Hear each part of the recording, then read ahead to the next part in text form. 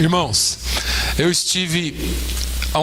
eu tenho ensinado aqui na escola, e há uns dias atrás, algumas semanas atrás, estou ensinando os mais pequenos, sobre o povo de Israel. Eu sigo um currículo, mas enquanto eu estou ensinando a palavra de Deus, Deus fala bastante comigo. E há uns dias atrás, talvez algumas semanas atrás, essa palavra falou bastante comigo, Êxodo capítulo 32.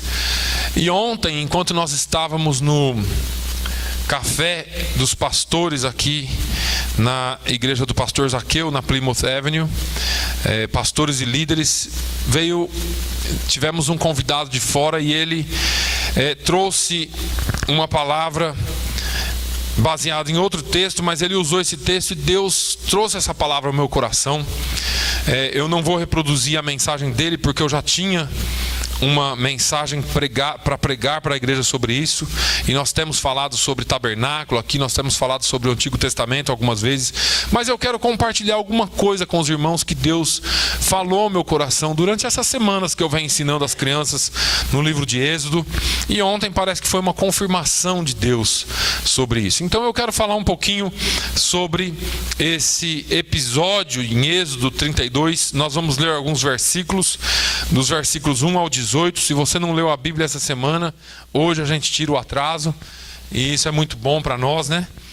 Então, vamos aprender um pouquinho sobre a palavra de Deus.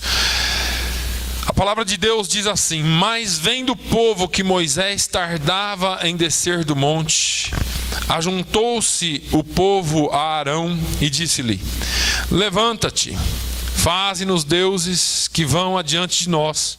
Porque quanto a este Moisés, a este homem que nos tirou da terra do Egito, não sabemos o que lhe sucedeu.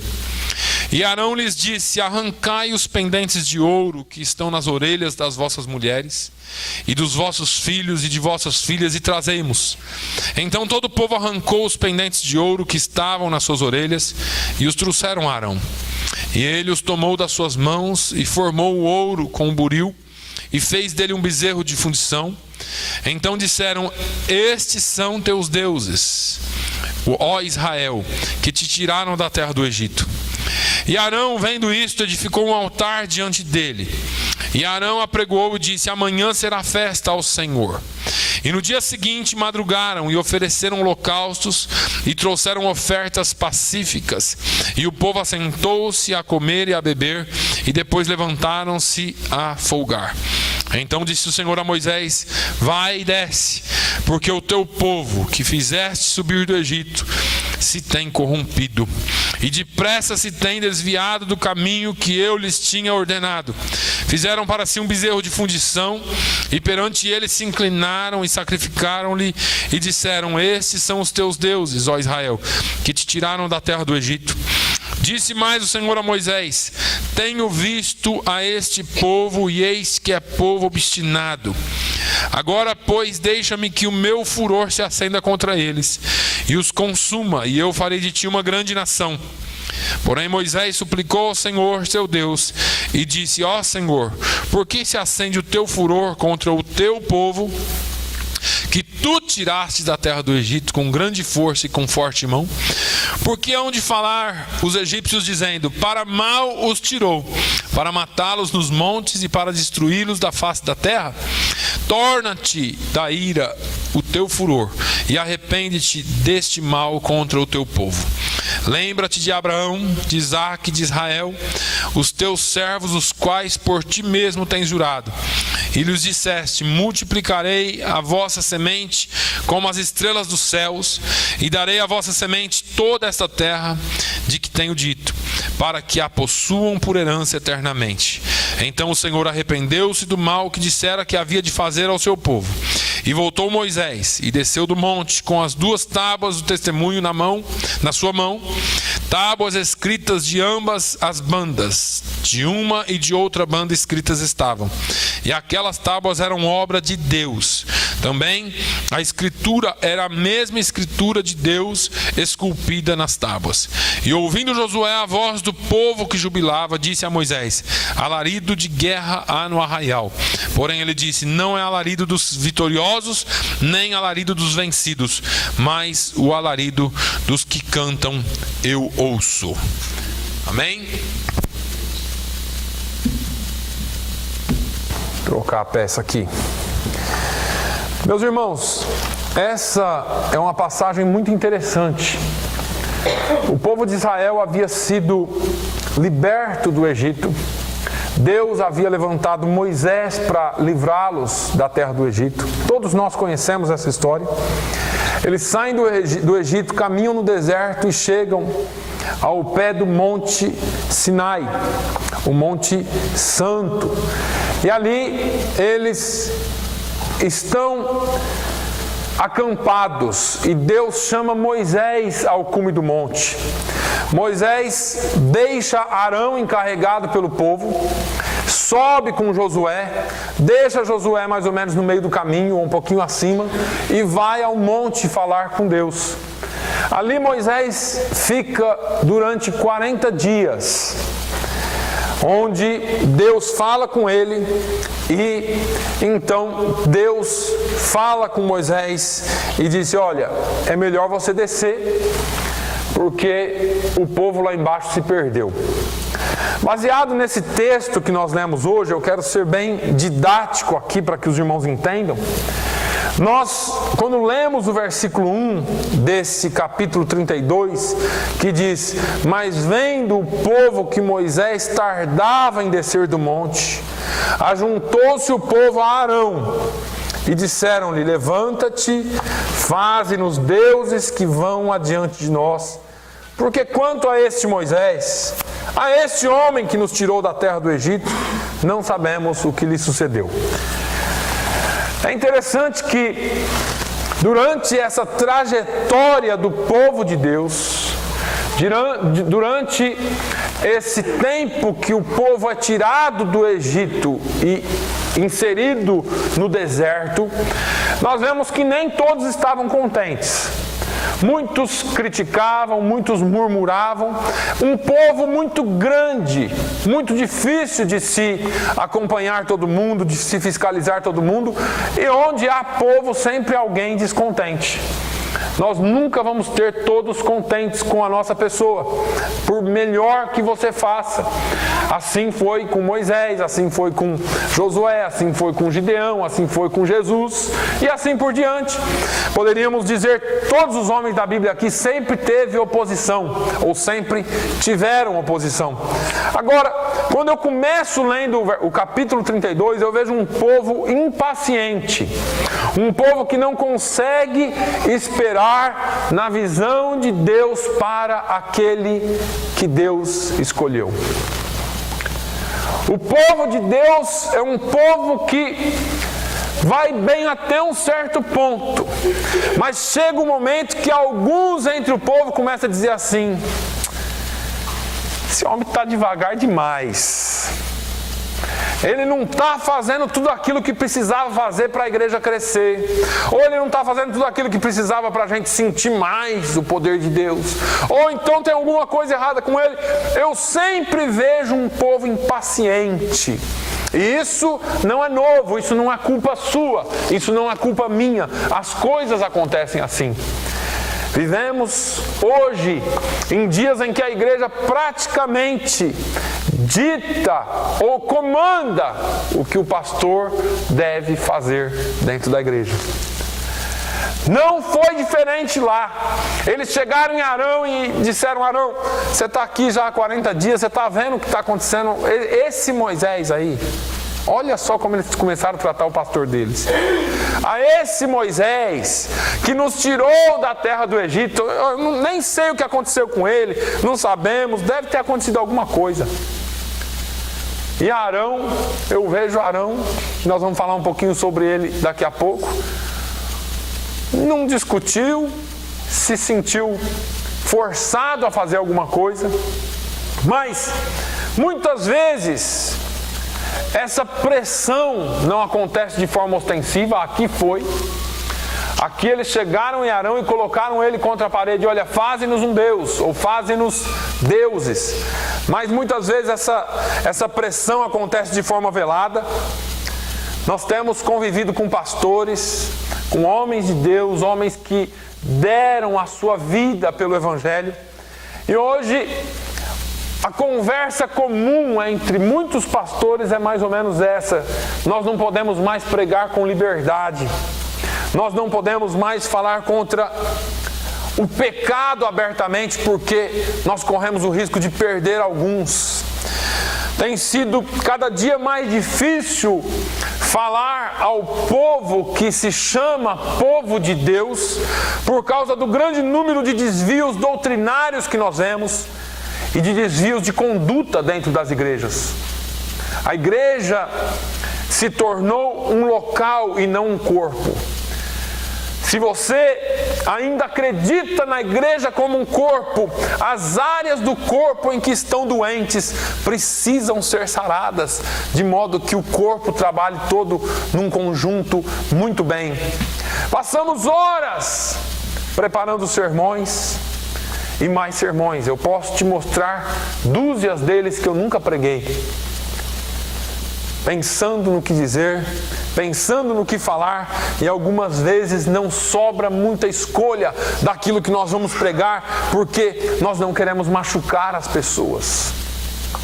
O fato é que precisamos pregar a verdade. O fato é que precisamos pregar aquilo que a Bíblia diz, não importando o que é que nós vamos enfrentar. Porque algumas mensagens desvaziam igrejas. Não importa o que é que nós vamos passar ou quantas pessoas vão permanecer na igreja. O fato é que precisamos anunciar o Evangelho de Cristo como ele é. O Evangelho de Cristo não mudou. Eu sempre converso com pastores, já disse aqui. Temos o pastor Carlos aqui, nós estamos, graças a Deus, envolvidos e tentando alcançar pessoas para trabalharmos juntos, para fazermos uma obra melhor. Mas essas pessoas, esses pastores têm vivido dias difíceis. E um dia desses eu conversava com um pastor experiente da nossa região. Ele disse assim: pastor, está difícil falar sobre divórcio, porque tem alguém divorciado na igreja. Está difícil falar sobre vício, porque alguém carrega algum tipo de problema na igreja. Está difícil nós falarmos de excesso de trabalho na vida, porque as pessoas aqui trabalham muito. Está difícil de nós falarmos contra os pecados escondidos, porque com certeza alguém carrega isso. E a gente sobra muito pouco do que falar. E aí nós vemos esse tipo de evangelho que as pessoas estão pregando aí, evangelhos divorciados da verdade, que só anunciam uma vitória para esta vida aqui. Deixa eu te dizer uma coisa, irmãos. Nós precisamos continuar pregando o Evangelho. Nós precisamos continuar falando das coisas que a Bíblia fala. Nós precisamos continuar falando da pureza, da santidade, do amor a Deus e das coisas que envolvem o amor a Deus. Nós precisamos continuar falando daquilo que o Senhor nos ensinou. E muitas vezes nós deixamos de lado, ficamos amarrados, ficamos sem condições de pregar aquilo que precisamos pregar. Precisamos tomar coragem. E eu não estou falando a pastores aqui, eu estou falando à igreja do Senhor. Precisamos tomar coragem e pregar o verdadeiro Evangelho.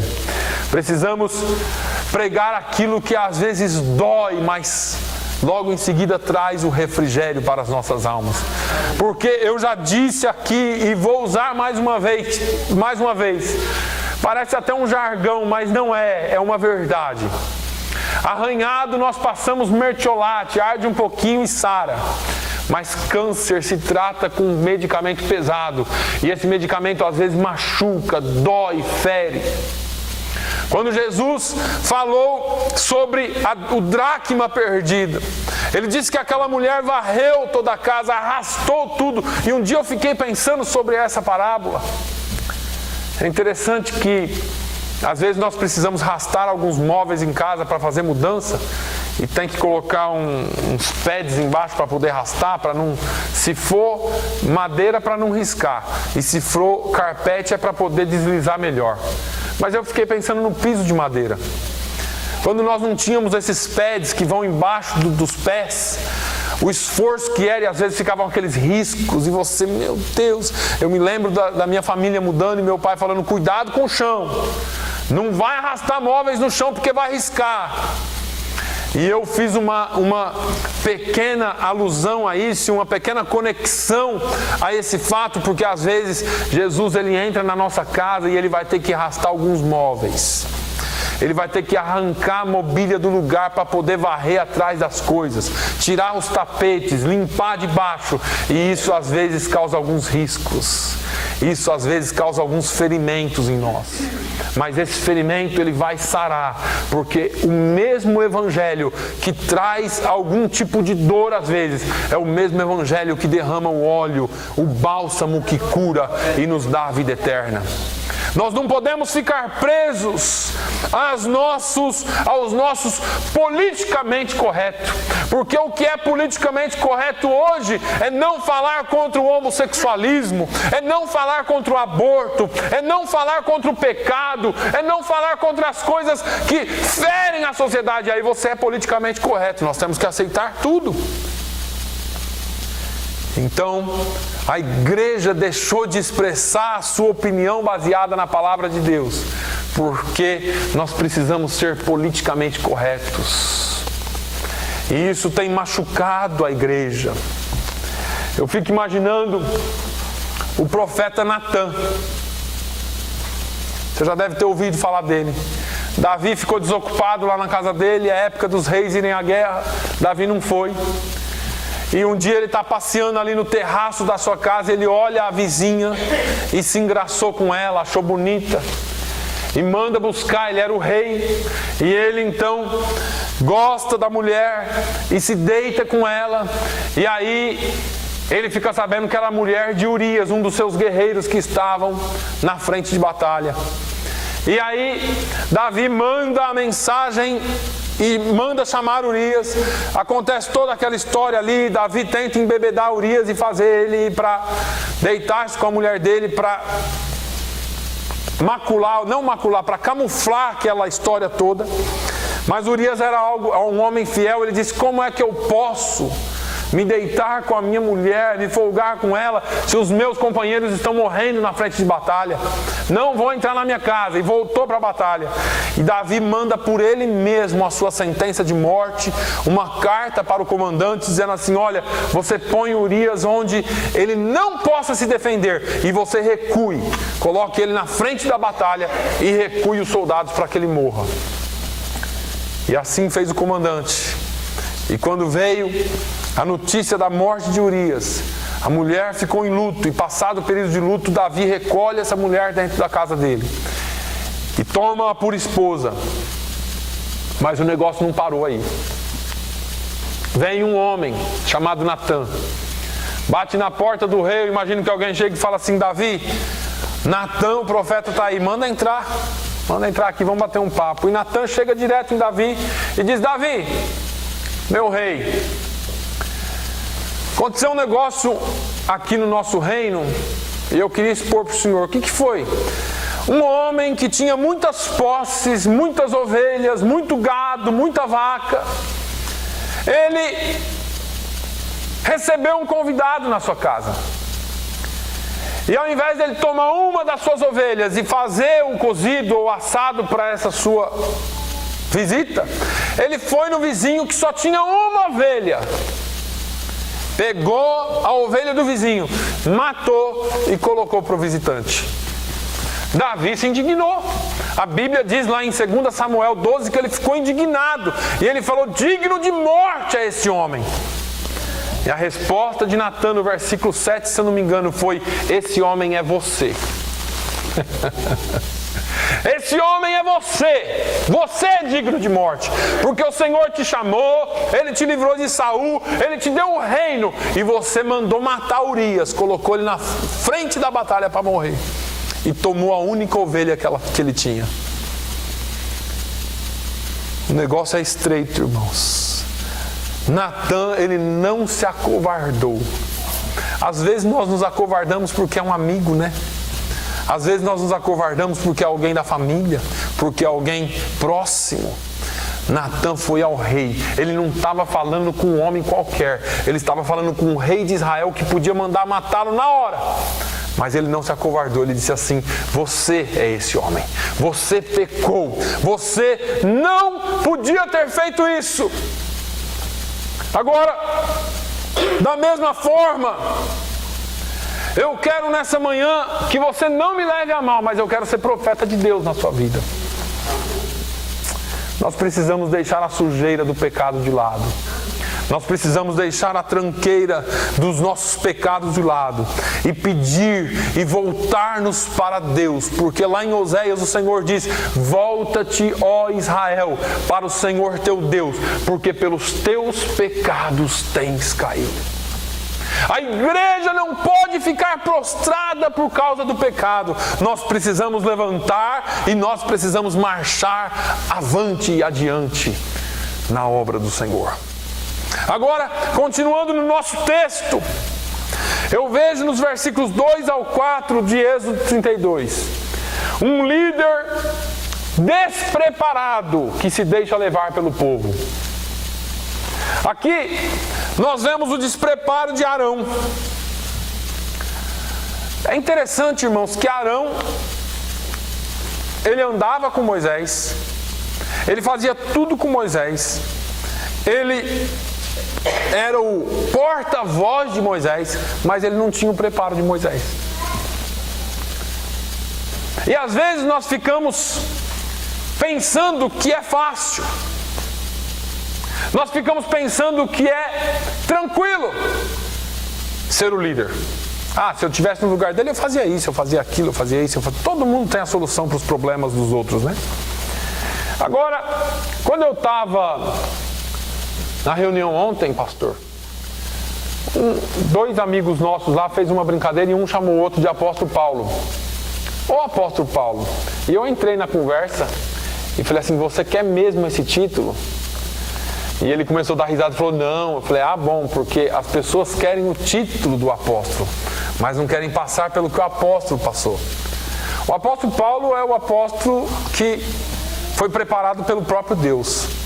E ele passou por alguns açoites, alguns esbofeteamentos, algumas prisões, alguns naufrágios, alguns perigos, algumas coisas que ele disse lá em Gálatas 6:7, ele diz: desde agora ninguém me inquiete, porque trago no meu corpo as marcas do Senhor Jesus. Paulo foi o apóstolo do sofrimento, foi um dos que mais sofreu e por fim foi morto. Que prêmio que é esse? Ele trazia as marcas e depois ele caminhou para o grande prêmio, a morte. Agora, Arão queria liderar, porque a Bíblia não fala, talvez Moisés omitiu para não envergonhá-lo, ou eu não sei o porquê que não dá mais detalhes aqui, mas o fato é que Arão queria liderar, mas ele achava que era uma tarefa fácil liderar aquele povo, porque até então ele só era porta-voz de Moisés. E liderar não é fácil. Ele achou que pelo fato de estar com Moisés todo aquele tempo, ele já sabia fazer tudo. Ele já sabia cuidar daquele povo. Moisés foi preparado na escola de Deus, irmãos. Moisés foi preparado no palácio e quando ele achou que estava tudo bem, ele foi mandado para o deserto. E ali Deus o preparou para liderar o povo escolhido de Deus. Nós precisamos mais do que andar com quem lidera, nós precisamos ter intimidade com Deus. Um dia, Arão e Miriam falaram contra Moisés. E Deus falou para Moisés: chama Arão e Miriam aqui na minha tenda, vamos conversar nós três, nós quatro. E Deus falou assim para Arão e Miriam, falou assim, olha, quando eu quero falar com alguém, eu uso os profetas, eu uso qualquer coisa, mas quando eu quero falar com Moisés, eu falo face a face. Eles tinham intimidade, eles andavam juntos. Ele não era um qualquer. Às vezes nós pensamos que fazer a obra de Deus é fácil e não é. E é por isso que muitas vezes nós ficamos travados no meio do caminho. Porque nós pensamos que é fácil fazer a obra de Deus. Eu vejo os discípulos falando e agora, como é que faremos as obras de Deus? O que nós temos que fazer? Ir andando com Jesus. Eles não sabiam. Andando com Jesus, não puderam expulsar os demônios de um menino. Jesus, como que é esse negócio de nós tentamos e não conseguimos? Algumas castas, ou estas castas, só saem com jejum e oração. Jejum e oração fala de intimidade com Deus. Moisés tinha intimidade com Deus. Nós precisamos passar e ter algumas experiências com Deus. Moisés conhecia a Deus e conhecia muito bem a sua voz. Moisés já tinha ouvido a voz de Deus muitas vezes e é por isso que muitos desistem no meio do caminho, porque acham que liderar o povo de Deus é só saber pregar aqui em cima. E não é bem assim, porque precisa de muito mais do que saber pregar, porque qualquer um de vocês aí pode vir aqui pregar, eu tenho certeza. Uns com mais eloquência, outros com menos, mas todos nós temos capacidade de falar sobre Jesus. Agora nós temos que viver aquilo que pregamos, nós temos que andar na luz, nós temos nossas falhas sim, mas nós precisamos andar de acordo com a palavra de Deus. Cada um de nós precisa ter uma experiência íntima e pessoal com Deus, que era o que Arão não tinha tido. E você fala assim, pastor, como é que eu faço isso? Você precisa buscar a presença de Deus. Se nós tivermos as nossas experiências pessoais com Deus, nós estaremos capacitados para ouvir, entender, reconhecer a voz de Deus e o chamado dele nas nossas vidas. Arão não tinha essa capacidade ainda, por mais próximo que ele estivesse de Moisés. Nos versículos 5 nós vemos Arão um líder confuso, um líder que não teve uma experiência pessoal mesmo com Deus. Olha o que ele fala, e Arão vendo isto edificou um altar diante dele, e Arão apregoou e disse, amanhã será a festa ao Senhor. Que interessante! Arão pede para eles trazerem todo o ouro dos brincos das mulheres, dos filhos, das filhas. Ele pega aquele ouro, bota lá no fogo, faz lá um bezerro. E aí o povo fala, olha, este aí são os deuses que nos tiraram do Egito. E Arão concordou. Só que ele estava tão confuso com relação a Deus, ele não conhecia a Deus como Moisés conhecia, que ele não teve o discernimento de falar, esse é um Deus que nós criamos, que nós fizemos, ou que nós fizemos dele um Deus. Ele falou, amanhã será festa ao Senhor. Ele estava confuso. Ele disse, olha, amanhã nós vamos fazer uma festa e vai ser para Deus, como se aquele bezerro fosse Deus. A falta de experiência com Deus, por causa de estar sempre apoiado e escorado no seu irmão Moisés, ele não tinha tido a sua própria experiência. E isso acontece nos dias de hoje. Nós vamos para a igreja, estamos firmados naquilo que o pastor fala, porque afinal de contas ele teve a experiência dele com Deus, se é que teve. Nós nos apoiamos em alguém porque aquela pessoa ali é uma bênção. Nós criamos filhos para ser dependentes de nós, porque afinal de contas nós somos crentes fiéis. E nós precisamos entender que esse negócio de experiência é pessoal. E a salvação é individual e é pessoal. E nós precisamos entender que se nós não tivermos as nossas próprias experiências com Deus, não importa a experiência do pastor, do pai, da mãe, do líder, da líder, porque nós precisamos ter a nossa experiência com Deus.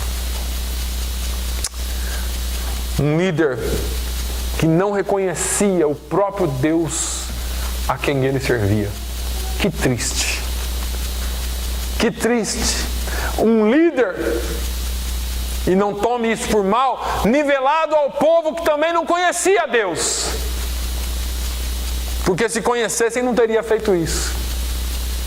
Um líder que precisava ter alguma coisa palpável para entender e para reconhecer Deus. E foi por isso mesmo, meus irmãos, que num determinado ponto, Deus fala para Moisés: olha, é melhor você fazer um tabernáculo. Porque esse povo não consegue me entender só como coluna de nuvem, coluna de glória. Esse povo, eles precisam ver alguma coisa, tem que ter alguma coisa palpável, porque eles são um povo complicado. Nós precisamos entender que quando o povo pediu um Deus para que eles pudessem servi-lo, quando Arão pede todo aquele ouro para fazer, e aquele ídolo faz o ídolo, um bezerro de ouro, que se tornou um Deus para eles. Mas Arão se confundiu todo. Ele pegou, fez aquilo lá de Senhor para eles. Agora, eu quero voltar isso aqui um pouquinho para o nosso contexto atual, da Igreja de Cristo, ou chamada Igreja de Cristo atual. Líderes recolhendo o ouro do povo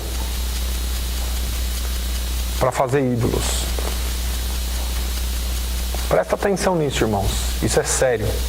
Eu não estou falando contra nenhuma denominação especificamente. Mas nós temos visto muitos líderes recolhendo o ouro do povo para fazer ídolos. E isso é muito sério. Porque eles estão criando, com o dinheiro do povo, ídolos que o povo possa ver e adorar. E essa semana eu tive a infelicidade de ver um vendendo um espaço no céu, um terreninho no céu, né? E uma multidão com um papel na mão, falando que aquilo ali é a escritura do seu terreno no céu, e um monte de pessoas passando lá o que eles chamaram de sangue, que era um vinho, autenticando aquilo como se a autenticação daqueles homens perversos tivesse algum valor para Deus. E eu escrevi nesse vídeo o que eles são realmente: crápulas, mercadores do Evangelho, filhos de Satanás, que são o que eles são. Porque nós não fomos chamados para vender esse Evangelho. Esse Evangelho foi nos dado por amor. A Bíblia diz que Jesus nos amou profundamente, que Deus nos amou tanto, tanto, tanto, que Ele deu o seu Filho. Ele não vendeu uma bênção para você e Ele ainda não vende. Porque Ele é Deus de todas as coisas. A Bíblia diz que do Senhor é a terra e toda a sua plenitude. Jesus disse: todo poder me foi dado no céu e na terra. Jesus é dono de todas as coisas. João fala que tudo foi feito por Ele e nada do que foi feito sem as mãos dEle. E esses homens que são indignos de serem chamados cristãos, vendem e fazem o que o Arão fez. Pegou os brincos de ouro e criou um ídolo para o povo adorar. E esse povo tem adorado pedaço de papel, tem adorado pedaço de pão, tem adorado copinho de vinho, tem adorado um Deus chamado prosperidade. Uma prosperidade mentirosa, uma prosperidade que só engana e que essas pessoas vão para o inferno com ela. Deus tem prosperidade para nós e ela está contida aqui na palavra de Deus. Está contida aqui na Bíblia. E se você quiser ter experiência com Deus, comece por aqui e não dê ouvido a essas pessoas que criaram deuses e criam deuses para que engane muita gente. Líderes que usam a ignorância do povo. E Deus fala lá, e Oséias só repete: o meu povo tem sido destruído porque lhe falta o conhecimento. Nós não queremos conhecimento bíblico, nós queremos arrepio, nós queremos coisas mais fortes, mas o povo do Senhor está sendo destruído porque falta conhecimento da palavra de Deus. Arrepio é pecado, pastor? Não, pode arrepiar dos pés à cabeça, meu irmão, mas que seja baseado na palavra de Deus. Porque a palavra de Deus tem coisas que quando eu leio, eu choro, eu arrepio, eu glorifico, eu falo língua, porque aqui contém a palavra que é santa e bendita. Aleluia. Não é em emocionalismo humano, e eu também não sou contra as coisas que vêm para mexer com a nossa emoção, que vem de Deus. Mas eu estou falando para você que tudo que nós precisamos está aqui. Nós não precisamos de ídolos. Nós não precisamos de um pedacinho no céu, porque Jesus já foi e já nos preparou de graça um pedaço no céu. Mansões celestiais. Ele disse: eu vou preparar-vos lugar para que onde eu estiver, vós estejais também. E ele não disse: olha, vai custar tanto para você que é rico e tanto para você que é pobre. Ele disse o seguinte: eu estou indo preparar, e quem estiver comigo, vem comigo, porque um dia eu vou vir buscar a minha igreja. Aleluia. E essa é a maior esperança que nós temos. Deus não aceita esse tipo de engano. Deus não aceita que homens adorem imagens feitas por mãos de homens. Deus é Deus e acabou. É Ele só e mais nada. Se você estiver adorando um pedaço de gesso, um pedaço de ouro, um pedaço de coisas finas, seja lá o que for, você precisa ter uma experiência nova com Deus. Porque Deus quer que você adore somente a Ele, e a Ele somente nós adoraremos. Tudo que você adora que é feito pelas mãos de homens, vai te levar para o inferno. Queira você acreditar ou não, te leva direto para o inferno. Agora, vamos voltar aqui para o nosso texto. Versículos 7 a 10. Deus fala com Moisés: ô Moisés, desce lá. O povo fez um bezerro de ouro, e eles adoraram, sacrificaram, já se curvaram para ele. E eu tenho visto um negócio, Moisés. Esse povo seu aí, olha só a conversa de Deus. Esse povo, teu povo, que você tirou da terra do Egito, esse povo é duro. Em algumas traduções usa a palavra dura cerviz. Aqui na minha tradução diz obstinado. É o mesmo significado. Mas a dura cerviz quem tem é porco. Irmão Carlos que cria porco lá, irmão Carlos. O porco olha para cima porque ele tem dura cerviz. O pescoço dele é travado. Ele não consegue olhar para cima. Ele só olha para frente e para baixo. E está cheio de gente como porco, dura cerviz, pescoço endurecido, não olha para Deus, só olha para frente e para o seu umbigo. Eu tenho que caminhar porque eu tenho que ajuntar, eu tenho que fazer, eu tenho que ter, eu tenho que... E nós esquecemos de olhar para Deus, que é o autor e consumador da nossa fé. Deus fala com Moisés: olha, esse povo é duro, Moisés. Esse povo só olha para o seu bem-estar. Eles só querem fazer aquilo que lhes agrada. E eles não querem agradar a Deus. Esse povo é difícil, Moisés. Esse povo só me busca para pedir. Eles só me adoram para ter algo em troca. Esse povo é duro, Moisés. Esse seu povo é difícil, Moisés. Eu vou abrir aqui um parênteses e vou perguntar para você: o que é que você acha que Deus pensa de você? Não me responda. Eu quero que você leve essa pergunta para casa hoje. O que Deus pensa de você? Como é que Deus te vê? Porque aqui é uma mostra de como Deus via, ou como Israel estava sob a visão de Deus, de como Israel era sob o olhar de Deus. Quem Deus pensa que você é? Povo dele ou povo de alguém aqui da terra? Porque foi isso que Deus falou para Moisés. Esse teu povo que você tirou da terra do Egito, Moisés. Deus já tinha deixado, já estava desistindo de chamar aquele povo de meu povo. Moisés, esse povo é teu. Eu fico imaginando, Deus vai um dia falar para alguns líderes, falar assim, esse povo aí não é meu. Esse povo é teu. Você que conduziu eles pela terra. Você que enganou eles o tempo todo. Esse povo aí é teu. Eles são duros porque você fez isso. Como é que Deus nos vê? Como é que Deus olha para nós?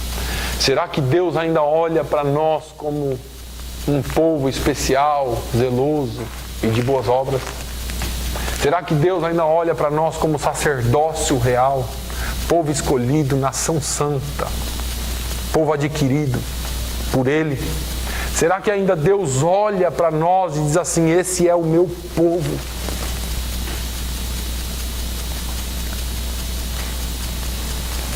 Eu louvo a Deus pela vida de Moisés. Deus falou assim para Moisés, Moisés, eu vou destruir esse teu povo aí. Vai ficar só você, e de você eu farei uma grande nação. Aí vem a intercessão de Moisés. Nos versículos 11 a 13. Porém Moisés suplicou ao Senhor seu Deus e disse, ó Senhor, por que se acende o teu furor contra o teu povo? Que tu tiraste da terra do Egito com grande força e com forte mão? Porque hão de falar os egípcios dizendo, para mal os tirou, para matá-los nos montes e para destruí-los na face da terra? Torna-te da ira do teu furor e arrepende-te deste mal contra o teu povo. Lembra-te de Abraão, de Isaque e de Israel, os teus servos, aos quais por ti mesmo tens jurado, e lhes disseste, multiplicarei a vossa semente como as estrelas dos céus, e darei à vossa semente toda esta terra, de que tenho dito, para que a possuam por herança eternamente. Então o Senhor arrependeu-se do mal que tinha dito que faria. Eu louvo a Deus pela vida de Moisés. Moisés foi um homem que, por mais duro que o povo fosse, Moisés foi um homem aprovado por Deus, foi um líder de verdade. Moisés amava aquele povo. Moisés tinha paixão por aquele povo. Moisés, ele não, em nenhum momento teve medo de perder a sua vida por causa daquele povo. Ele fez coisas que nenhum outro líder fez. Moisés, nessa passagem, é um tipo de Jesus, é uma tipologia de Jesus. Porque, assim como Moisés intercedeu pelo povo de Deus, assim hoje nós temos Jesus, à destra do Pai, intercedendo por nós. E é por isso que nós não precisamos de nenhum outro intercessor. A palavra de Deus diz que não há nenhum outro intercessor entre Deus e os homens, que só Jesus pode interceder por nós. Não existe nenhum outro nome dado entre os homens pelos quais devamos ser salvos.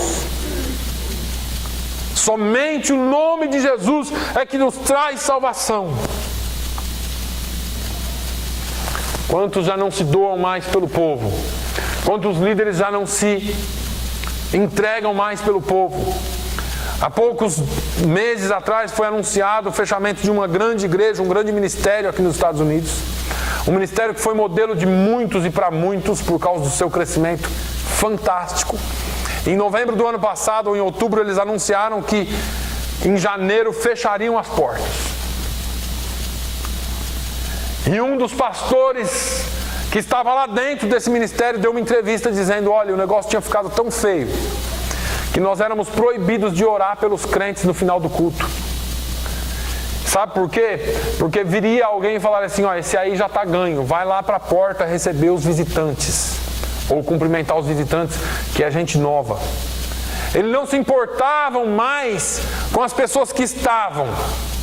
É claro que nós temos que dar atenção especial para as novas pessoas que estão chegando, mas isso é o corpo que faz, não é só uma pessoa que faz.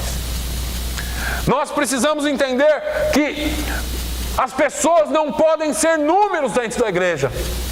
As pessoas têm valor. E Moisés entendia esse valor quando ele disse, Deus, esse povo não é o meu povo, esse é o seu povo. Esse povo não fui eu que tirei do Egito, foi o Senhor que tirou do Egito com grande força e com mão forte.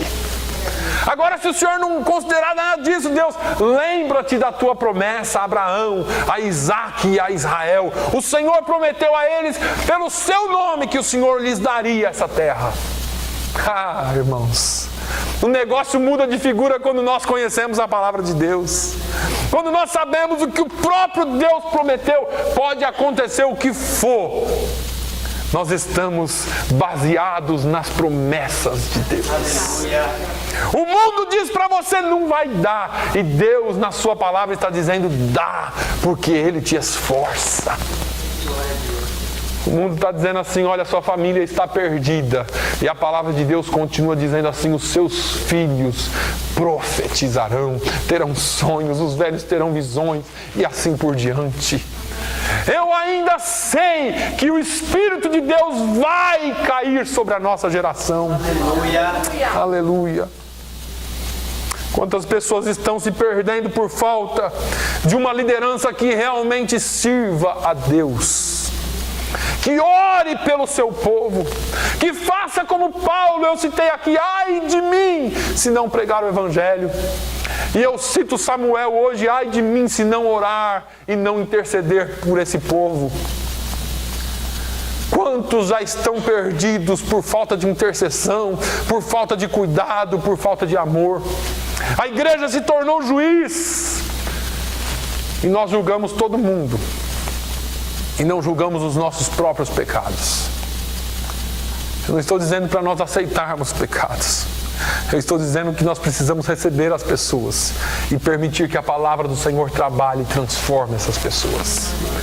Se nós não tivermos condições de recebê-las e somente de julgá-las, nós nunca teremos crescimento.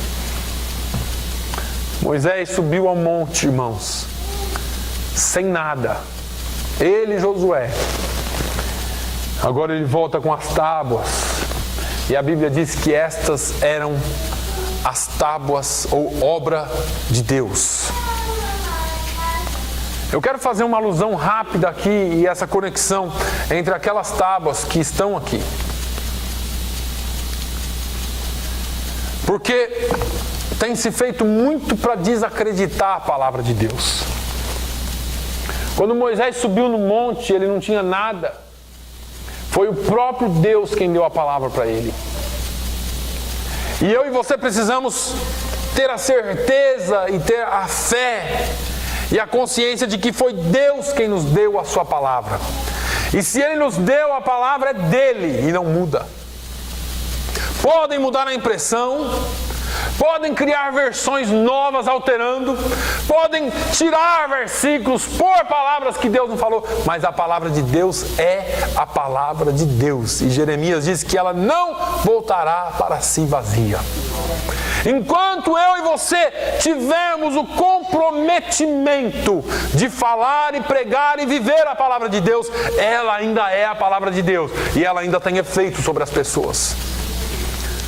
Nós não podemos esquecer que ela foi dada a Moisés pelo próprio Deus. Ele não voltou porque ele subiu com algumas coisas em branco. Não, aquilo foi tudo feito por Deus. E é interessante que quando ele chega no meio do caminho, que ele encontra Josué, Josué sempre seguiu Moisés e ele liderou o povo no lugar de Arão, porque ele não estava no mesmo nível que Moisés estava, mas ele sabia que Moisés tinha comunhão com Deus. Ele falou, então eu vou seguir esse aí. Talvez eu não tenha o mesmo nível que ele tenha, mas eu vou seguir ele. Até para seguir você tem que saber quem você está seguindo, irmãos. Porque você não pode seguir qualquer um. Você não pode se pôr debaixo da liderança de qualquer um.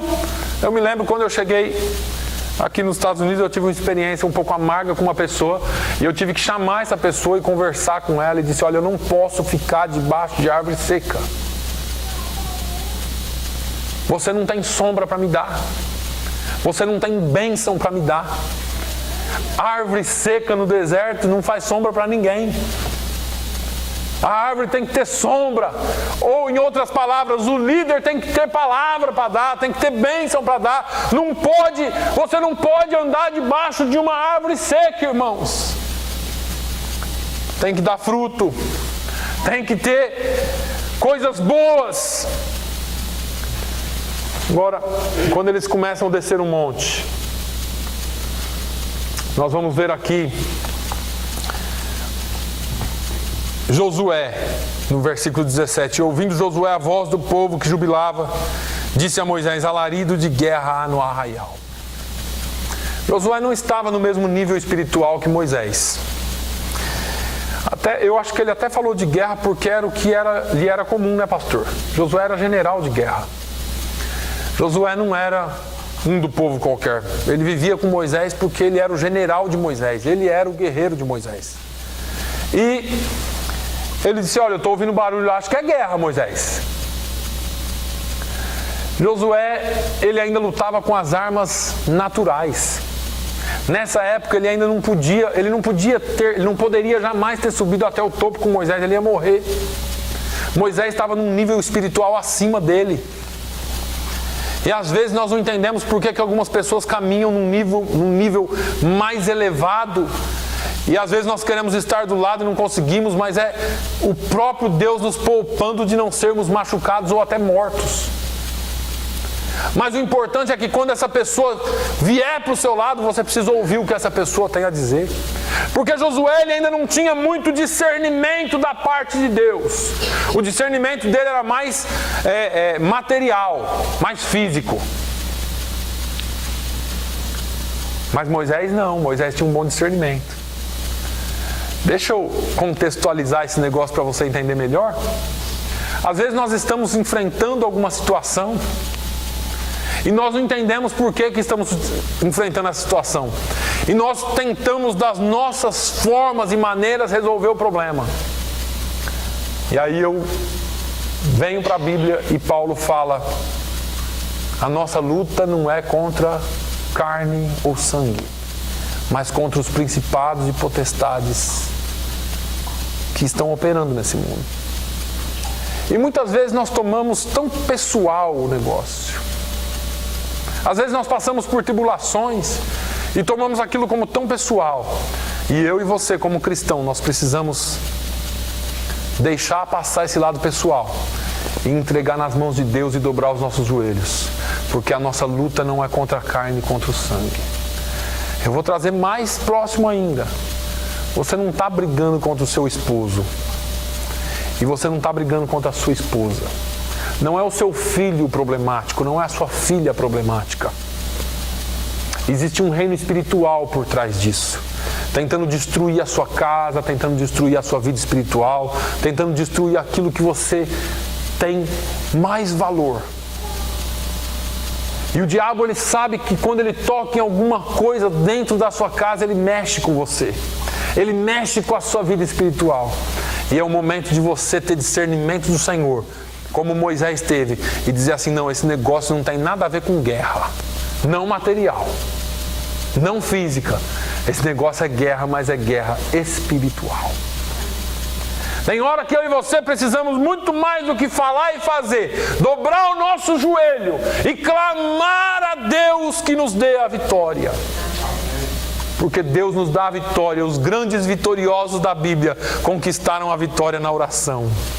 Conquistaram a vitória debaixo de oração.